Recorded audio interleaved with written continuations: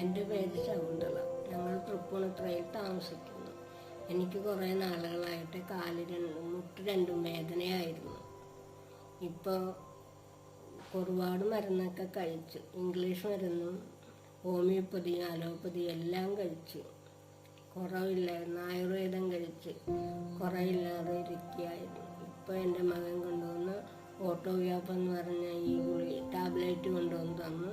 ഇപ്പം എനിക്ക് വളരെയധികം കുറവുണ്ട്. ഇപ്പം നടക്കാനും എല്ലാത്തിനും എനിക്ക് പറ്റും.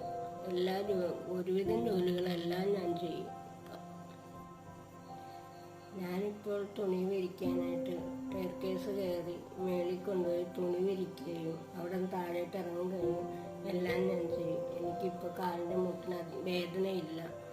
അതുപോലെ എനിക്കിപ്പോൾ 72 വയസ്സുണ്ട്. ഇതുപോലെയുള്ള ഇത്രയും പ്രായമുള്ള അമ്മമാർ വേറെയും ഉണ്ടല്ലോ. അവർക്കിത് ഒരു ഉപകാരമാകട്ടെ എന്ന് വിചാരിച്ചിട്ടാണ് ഞാനിത് പറയുന്നത്.